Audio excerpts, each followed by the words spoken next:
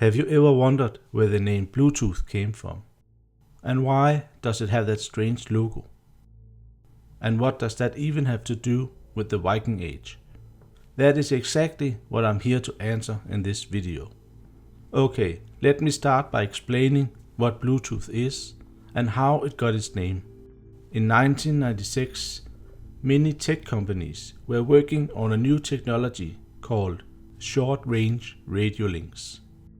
But the problem was that they were all creating their own standard for it. For example, Intel called it Business RF and Ericsson called it MC Link.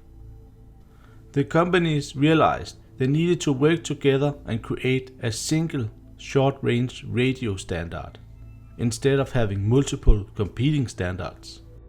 So the company created a special interest group and held a meeting in Lund at the Ericsson plant in Sweden. Here the companies came to an agreement of working together and the special interest group was formed. An employee from Intel proposed that the technology should be given the codename Bluetooth until the marketing group would come up with a better name for the technology.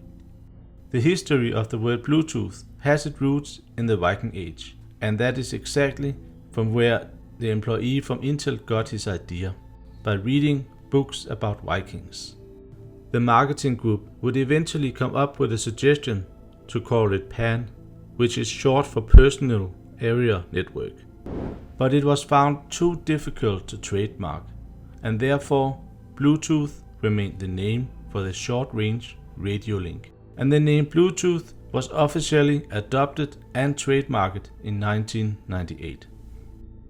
But who was Bluetooth?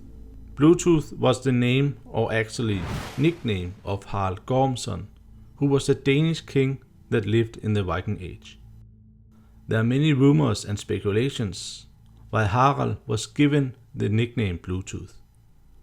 Some people claim it was because he had a bad tooth. Others say he loved to eat blueberries or licorice. But it might come as a surprise to you that none of those statements are actually true.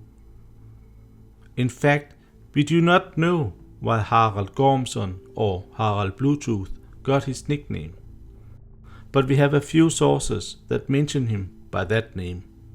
The first mention of Harald Bluetooth is in the 11th century, about 200 years after his death. In the Roskilde Chronicle, written by an unknown author. It was the first attempt of writing down the history of Denmark, and it spans over a time period from 826 to 1157. It was originally written down in Latin, but it was later translated into other languages, such as English and Danish. It is highly likely that this book was written by a monk, since it was written in Latin. However, Harald could have had the nickname Bluetooth, and maybe that is how people referred to him when they sat around at night telling stories about the great kings of Denmark. The name probably survived in oral history before it was written down centuries later. The Bluetooth symbol is a combination of the two runes from the Younger Fudark, which was the runic alphabet that the Vikings used in the Viking Age. They used the initials of Harald Bluetooth to create what is called a bind rune.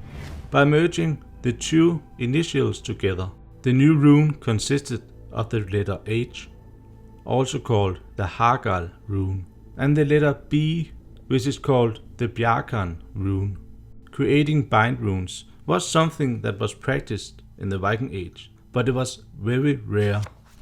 I hope you liked this video, even though it was a little short this time.